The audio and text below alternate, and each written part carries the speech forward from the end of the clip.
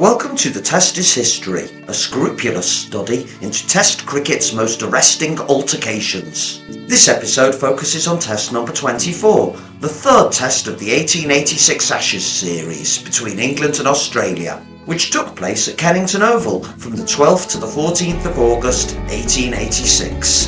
The England team of 1886 had already enjoyed considerable success before the final Test of the summer. They were led by the 27-year-old A.G. Steele, who had been an outstanding schoolboy cricketer at Marlborough College and had successfully captained Cambridge University in the 1870s. A talented all-rounder, Alan Steele was preferred as captain to W.G. Grace, whose overbearing personality had offended social niceties on a tour to Australia in 1873 to 1874. WG's gamesmanship had also caused controversy in the Oval Test of 1882, and it is likely that the younger Steele was considered the safer option. Steele's side was strengthened by a fine cluster of professionals. Some of these were established players. In the first Test of the summer, at Old Trafford, Yorkshire's George Ulyott, a veteran of the very first Test match 9 years earlier, took 4 first-innings wickets. His Lancashire counterpart, Dick Barlow, another experienced all-rounder, then followed it up with a 7-wicket haul on his home patch to set up a hard-fought 4-wicket victory for England. At Lord's in the second Test, 30-year-old Nottinghamshire batsman Arthur Shrewsbury became the highest English run scorer in Tests. His 164 was also the highest individual score for England in a Test match, surpassing W.G. Grace's 152 from 6 years earlier. But there was also a fine performance from a relative newcomer, 23-year-old Lancashire all-rounder Johnny Briggs, whose first 6 Tests had included a century but not a single wicket, finally fulfilled his bowling potential, taking 11 wickets in the match with his slow left-armers to secure an innings victory for England. The side also included another young player considered to be an all-rounder of great potential. Surrey's George Lohmann was playing in his debut series. Lohmann was discovered in the nets at the Oval rather fortuitously at the age of 18, where a friend of his was involved in a Colts match. Lohmann was helping his friend in a net practice when he was spotted. Whether it was his batting or bowling that initially impressed, a year later Lohmann was featuring in the Surrey side. Then in 1885 he was the leading wicket taker in the country with 142 wickets. Lohmann had just turned 21 when he made his debut at Old Trafford in 1886. His opening 2 Tests had yielded just 1 wicket, but for Surrey at the Oval he took 6 second innings wickets against the Australian tourists in between the second and third Tests to help Surrey to an innings victory. It was hoped that on the same ground, young Lohmann could repeat some of his county success in the final Test match. For the Australians, the 1886 tour had not been a happy one. Controversies over gate money had plagued their tour of England in 1884 and led to ongoing disputes in the subsequent 1884 to 85 season, affecting the Test series with the English touring team.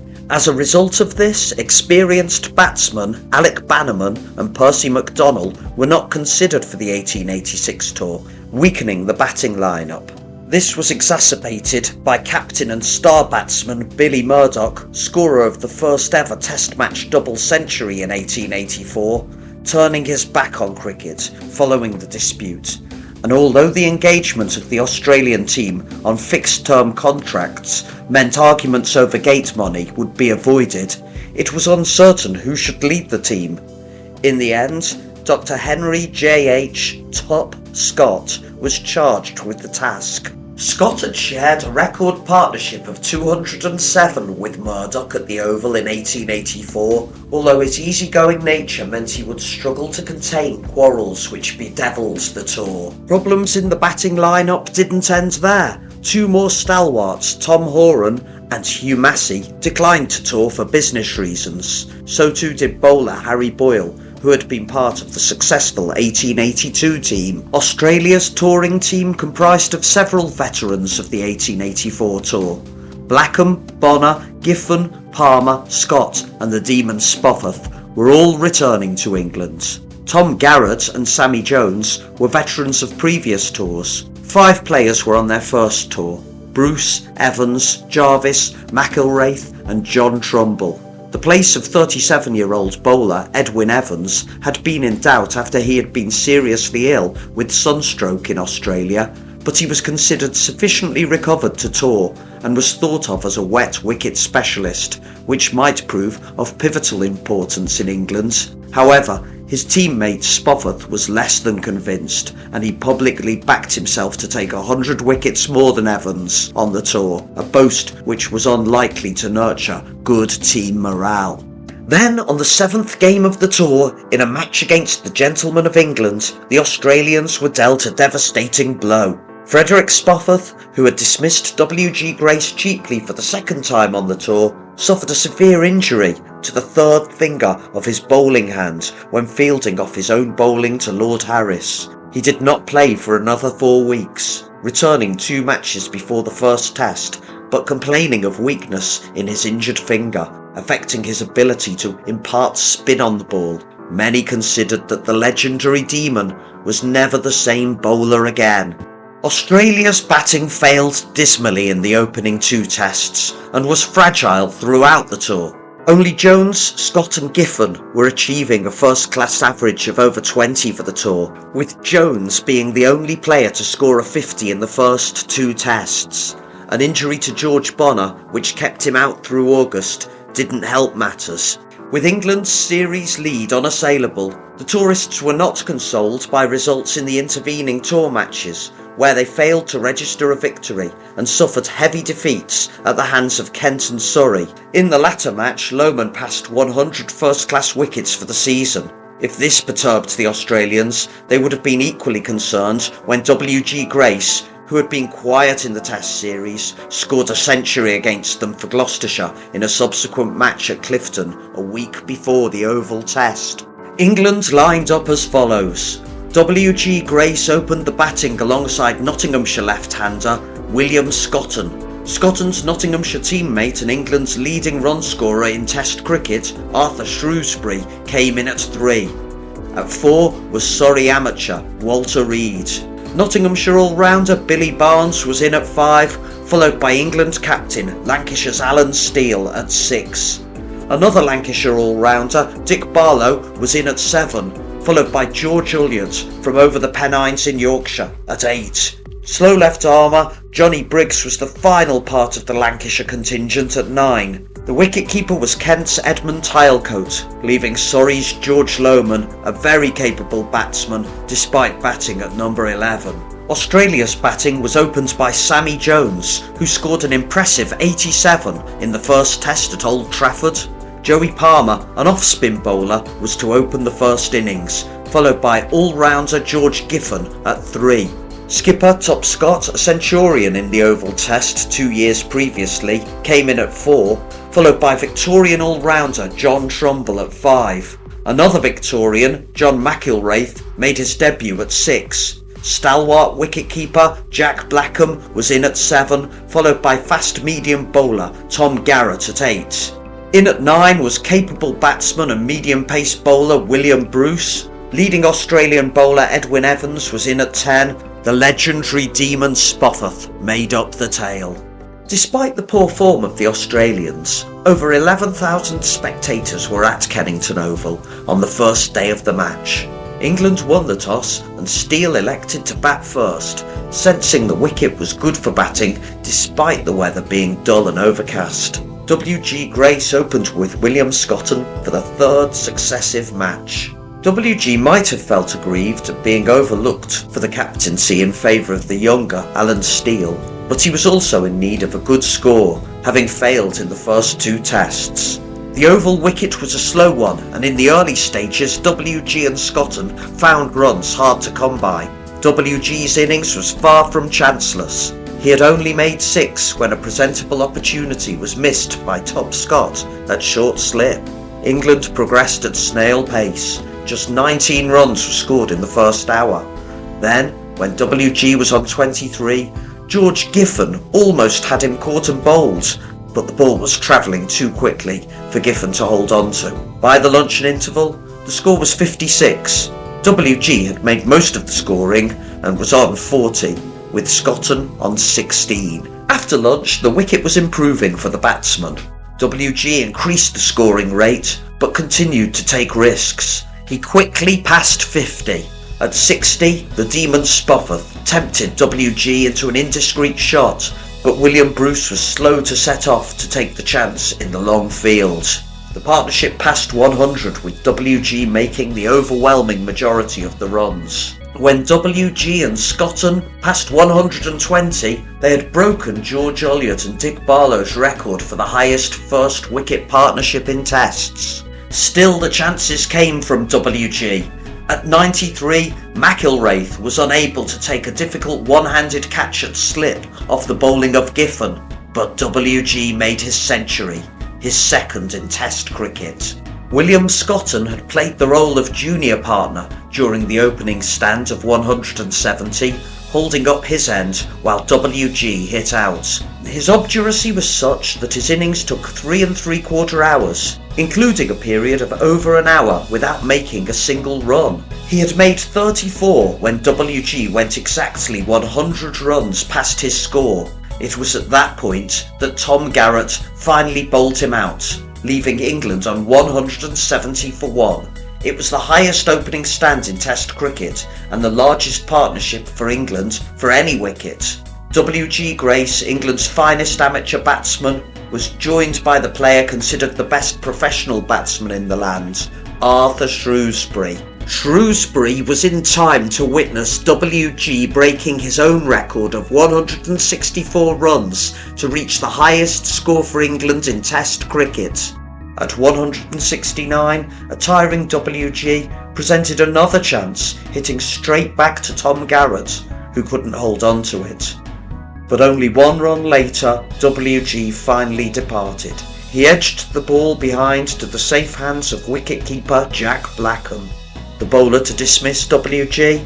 None other than his old nemesis, the Demon Spofforth. WG had scored 170 of 216 runs, the highest proportion of runs for an Ashes century. 96 of his runs had come in boundaries, another record for England. The previous holder of that record, Walter Reed, joined Arthur Shrewsbury in the middle. The duo batted with great fluency for the rest of the day, enough time for Shrewsbury to break another record, going past Billy Murdoch's 860 runs to become the leading run scorer in Test cricket. The day ended with Shrewsbury on 42, Reed on 30, and England on 279 for 2.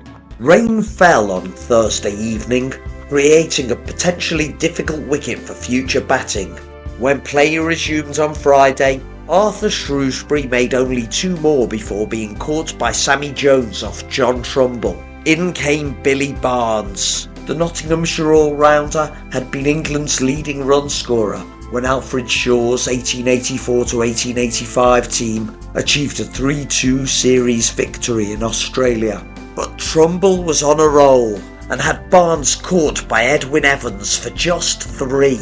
Next in was skipper Alan Steele, a batsman with Test match centuries in England and Australia. A.G. Steele made just 9 before being stumped by Blackham for Trumbull's 3rd wicket. It wasn't the last time that an off-spin bowler called Trumbull tormented England on a sticky wicket. John Trumbull, sometimes referred to as Billy Trumbull, had a younger brother called Hugh. Hugh Trumbull would go on to enjoy great success for Australia in the years to come, but in the meantime, England had passed 300. England's 7th batsman was Dick Barlow, an all-rounder whose resolute defensive technique made him a stalwart opener at Lancashire. Trumbull was also involved in Barlow's dismissal, catching him off Tom Garrett for 3. At 8 came George Ulliott. The big-hitting 34-year-old Yorkshire all-rounder had an illustrious Test match record, which included an impressive 149 opening at Melbourne in 1882. But Garrett also accounted for Ulliott, caught by McIlwraith without scoring.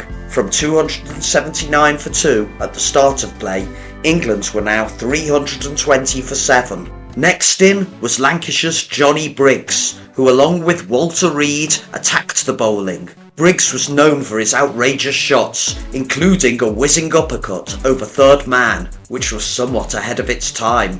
Briggs' breezy innings included 3 fours and 5 threes as the duo took the score past 400, but shortly after his 50, Briggs was gone, with Spofforth snaring him through a catch by John Trumbull. Edmund Tilecote came into bat, with Walter Reed nearing his century. But agonisingly, on 94, Reed was out, caught by Jones in the long field, again off Spofforth. His innings had included 8 fours, and his departure meant England were 418 for 9. George Lohmann, who had scored a first-class century for Surrey against Kent in July, was considered an all-rounder. He had registered some impressive batting performances against the Australians throughout the summer. Along with Tilecote, Lohmann took England to 434 when Spofforth bowled him to end the innings. It was 10 past 4. Despite injury, Spofforth had taken 4 English wickets and was the pick of the Australian bowling attack. The wicket was deteriorating, and Australia now had to face the bowling of George Lohmann and Johnny Briggs. At only 5 foot 4 inches tall and rotund in stature, Briggs cut an unlikely figure, but this did not alter his effectiveness. Hailing from Nottinghamshire, he earned a professional contract at Lancashire on the basis of his fielding at cover. As for his bowling, he was a master of flight, with variations of pace, while retaining exemplary control. But what set him apart was the prodigious turn he achieved. As for Lohmann, his style bore some similarities to the man who had just dismissed him, the Demon Spofforth. Like Spofforth, he bowled with a high rather than round arm delivery and mixed up the pace of his bowling, although he generally bowled at medium pace.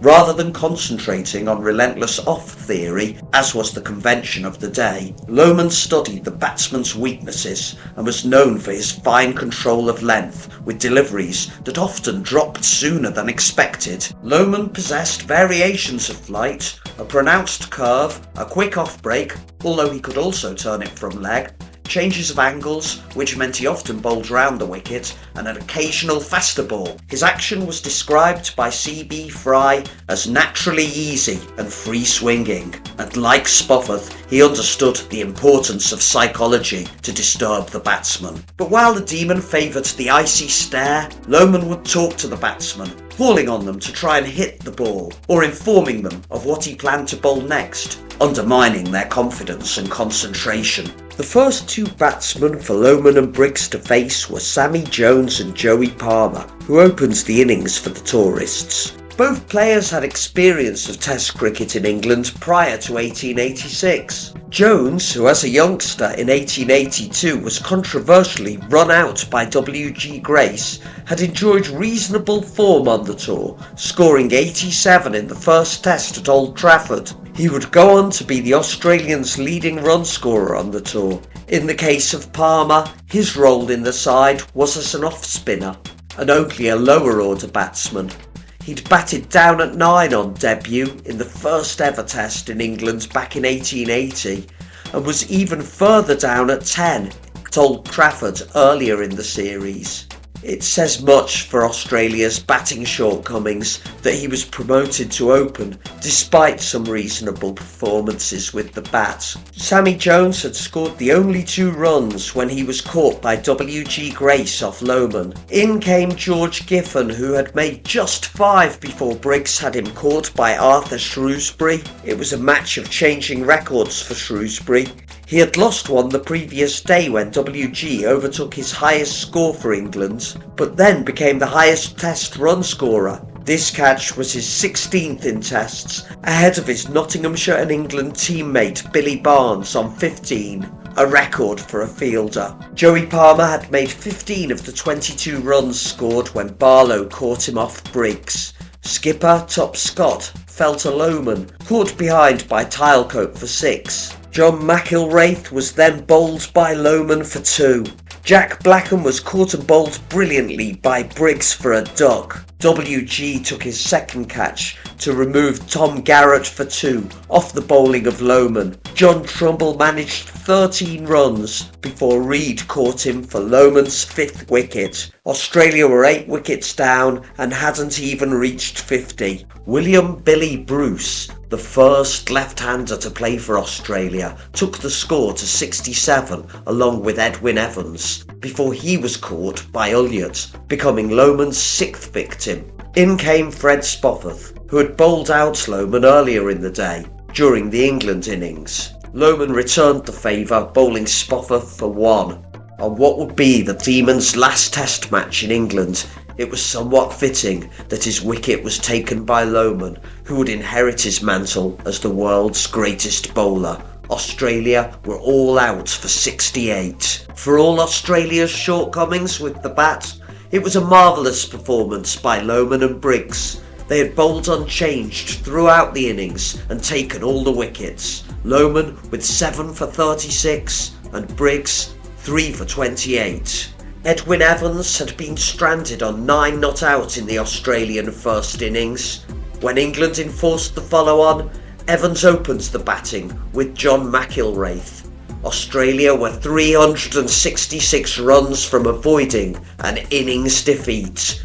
McIlwraith and Evans took them to 8 without loss by the close of play. And so on to the final day, and Australia's monumental task was soon to appear insurmountable when Edwin Evans was run out with only 3 more runs on the scorecard. After another run, John McIlwraith joined him in the pavilion, caught behind by Tilecoat off the bowling of Briggs, ending McIlwraith's only appearance in Test cricket. Sammy Jones had made just 2 when the Surrey duo of Lohmann and Reid combined to take his wicket, leaving Australia on 26 for 3. The skipper, Top Scott, was caught by WG Grace off Lohmann to make it 30 for 4. George Giffen was joined by Joey Palmer, and the 2 Australians showed some fight, making a 50 stand and causing England to adjust tactics. Skipper Alan Steele brought himself on and found success with a delivery that tempted Palmer out of his crease. The Australian was stumped by Edmund Tilecoat, the first in a long line of Kent cricketers to keep wicket for England. This left Australia on 84 for 5. It was a decent effort from Palmer, a bowler who had made significant improvements in his batting. A knee injury on return to Australia would reduce his effectiveness as a bowler, putting an end to his international career, but his development as a batsman would ensure he would reinvent himself as an opening batter in domestic cricket for Victoria. Palmer's dismissal brought John Trumbull to the middle, the only batsman other than Palmer who had reached double figures in his first innings. Trumbull again demonstrated some mettle, making 18 before being caught by Reid off the bowling of Briggs. In came Jack Blackham with the score on 120 for 6, and the innings defeat seeming inevitable. The Prince of Wicketkeepers was powerless to turn things around, becoming Briggs' 3rd victim of the innings as he was caught out by WG Grace. It was WG's 4th catch of the match. The final serious resistance from Australia ended when George Giffen was dismissed just 3 runs short of his half-century, caught and bowled by Lohmann, making it 131 for 8. Tom Garrett was then caught by record catchmaker Arthur Shrewsbury off the bowling of Lohmann for 4. William Bruce was joined by Fred Spofforth at the crease. Bruce's vigil ended when he was bowled by Lohmann to end the innings on 149. England had won the match by an innings and 217 runs. Lohmann's 5-wicket haul in the second innings meant he had taken 12 wickets in the match. He had been well supported by Briggs, who took 6 wickets. It was a comprehensive victory for England, who had whitewashed Australia with a 3-0 series win. Although Fred Spofforth's Test career was drawing to a close, his life in England was just beginning. Spofforth was to marry an Englishwoman, Phyllis Cadsell, the following month, with his giant teammate George Bonner as groomsman, towering over his wife, who was only 5 foot 3 inches tall. Spofforth would later settle in the mother country. As for the English team, this marked their 4th successive series victory over their rivals. 1886 was the first time in Ashes history one team whitewashed another, and the only time England's whitewashed Australia in a series lasting 3 matches or more. England would continue to enjoy the upper hand for some time to come. George Lohmann and Johnny Briggs would play no small role in this. Briggs would become the first bowler to achieve 100 Test wickets, picking up the 3rd hat-trick in Tests at Sydney in 1892. Lohmann would become the fastest bowler to 100 Test wickets, achieving the best career strike rate in Tests and the lowest bowling average of any Test player with more than 15 wickets. Alongside their England teammate, the Yorkshire slow left-armer Bobby Peel, they would be part of an era that was dominated by bowlers. But for all the success on the field of play, off the pitch it is hard to think of a more ill-fated England team. Only 3 of the players would live to the age of 60, with 2, Arthur Shrewsbury and William Scotton, dying by their own hand. And as for the great bowlers, they would be amongst those whose lives were tragically short. In 1892, George Lohmann contracted tuberculosis. He was to subsequently spend each winter in South Africa, which helped his health, but he remained far from well. His international career ended in 1896, and he died in South Africa in 1901, aged 36. In 1899, Johnny Briggs suffered an epileptic seizure and was admitted to Cheadle Asylum. His health deteriorated and he passed away in 1902, aged 39. The debate over the greatest bowler in Test history will always be a contentious one, but the career statistics of Lohmann and Briggs earn their places in any such conversation.